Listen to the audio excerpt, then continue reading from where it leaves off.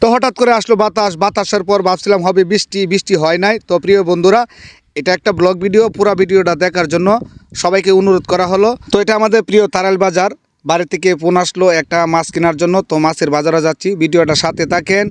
তো যাইতে যাইতে এক লেবুর ব্যাপারীর সাথে হয়ে গেল দেখা। তো চাচাকে জিজ্ঞেস করলাম লেবু কত করে, তো 120 টাকা করে বললো। তো আচ্ছা, আমি ঠিক আছে, আমার লেবু লাগবো না, আপনি ব্যস্ত থাকেন। তো প্রিয় বন্ধুরা, তো পরে চলে গেলাম মাছের বাজারে। তো মাছের বাজারে আইসেই পড়ছি।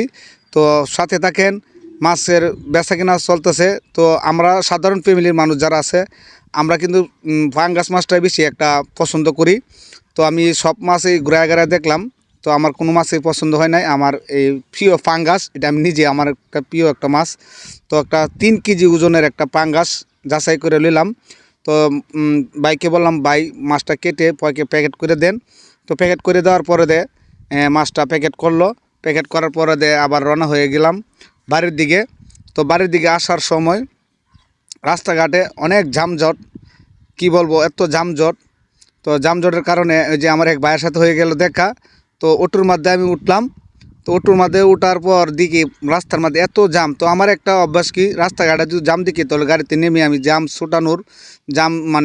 ছোটানোর চেষ্টা করি। তো গাড়ি থেকে নামলাম, নামে সিগন্যাল দিলাম সবাইকে, কারণ এখানে আমার সবার পরিচিত, আমাকে অনেকেই মানে, অনেক অটোওয়ালা ড্রাইভার আমাকে মানে, সম্মান করে। তো আমি ট্রাকটাকে সিগন্যাল দিয়ে সামনের দিকে আনলাম, আইনা জামজট ছুটাইলাম।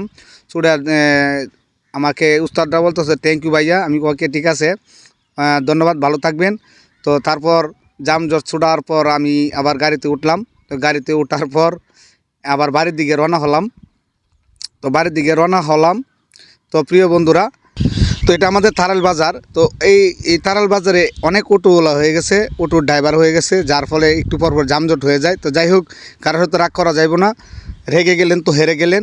তো আস্তে আস্তে গাড়িতে বসলাম, বসার পর গাড়ি টানতেছে। তো যানজট একবারে ক্লিয়ার, বাড়ির দিকে রওনা দিলাম। তো বাড়ির দিকে রওনা দেওয়ার পর প্রায় আইসাই পড়ছি বাড়ির কাছে। তো বাড়ির কাছে এসে গাড়িতে নামলাম, নামিয়ে বললাম যে ভাই আপনি চলে যান। তো মাছের পাশাপাশি আমি কিন্তু অনেক আনাজ তরকারি নিছি ব্যাগের মধ্যে, তো এটা আপনাদেরকে দেখাই নাই। তো ব্যাগটা আমার হয়ে গেছে অনেক ওজন। তো ভেবে যাইতেছি, অনেক কষ্ট হইতেছে আমার, ভিডিও বানাইতেছি আবার ব্যাগটাও হাতে। তো এক পর্যায়ে আমার আম্মা, আমার যে দুঃখিনী মা, আমাকে অনেক দূর থেকে দেখে সামনের দিকে আগাইতেছে যে আমার ছেলে আইছে। কারণ আমার মা আমাকে অনেকে ভালোবাসে, প্রত্যেকটা মাই প্রত্যেকটা ছেলেকে ভালোবাসে। তো আমিও আমার মাকে অনেক ভালোবাসি।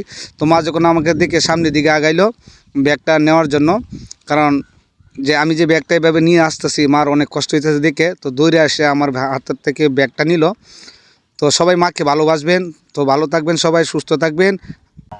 তো প্রিয় বন্ধুরা, আজকে ব্লগটা এই পর্যন্তই। তো ভিডিওটা যদি ভালো লাগে শেয়ার করে দিবেন, পরবর্তী ব্লগের জন্য অপেক্ষা থাকবেন, ভালো কিছু দেওয়ার চেষ্টা করব। ধন্যবাদ সবাইকে।